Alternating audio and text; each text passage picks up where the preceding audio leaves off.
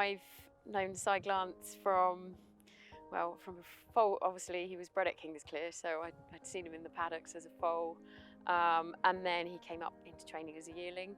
I rode him a few times, and then I really got involved with him probably from his 4-year-old career onwards, when I started riding him every day and travelling around the world.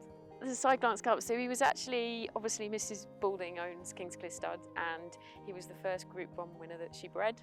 So that's, you know, that's really lovely. Out of a mare that hadn't previously done, you know, she'd won one little race in her career. He's always been a real character, actually. He's, you know, he'll take rugs off. If he gets slightly warm, he'll take his rugs off and absolutely shred them, which a bit annoying at times. But and if he's out in the field with another horse, he'll take their rugs off. He's taken over reach boots off.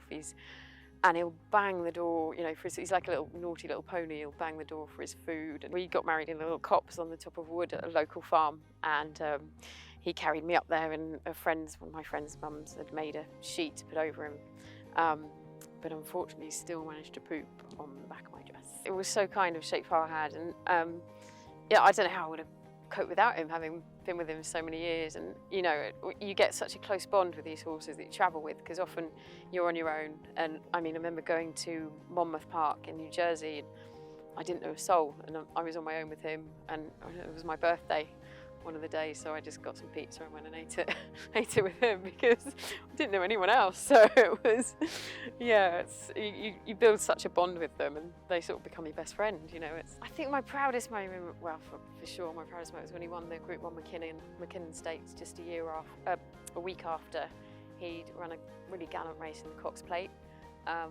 So you know, it was a real performance to do that a week later in a Group 1. I think it's really important, you know, for people to understand that these horses can go on and have another career. You know, we saw it in the last Olympics. There was ex-race horses that were competing, and you know, they're really versatile. They can go on and do, with a bit of patience and care and retraining, they can go on and do anything really. The ROR is huge now, and prize money is quite good, you know, and they're doing their best to encourage people to have ex-race horses. And you know, in the right hands, they can go on and have a really good career.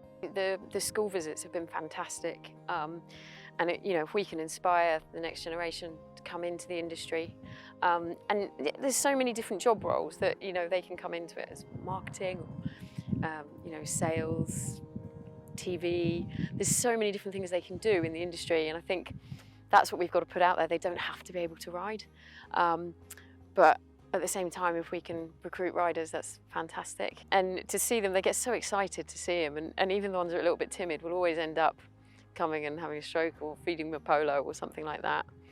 And then with the elderly that we did last time, you know, that was really special to see them come up in their sort of electric wheelchairs and with their frames, and you know, he'd just stand there and let them pet him, and you know, that it's really lovely to see. I think thoroughbreds are a real special breed, and they know when they're around someone vulnerable, and they tend to look after them.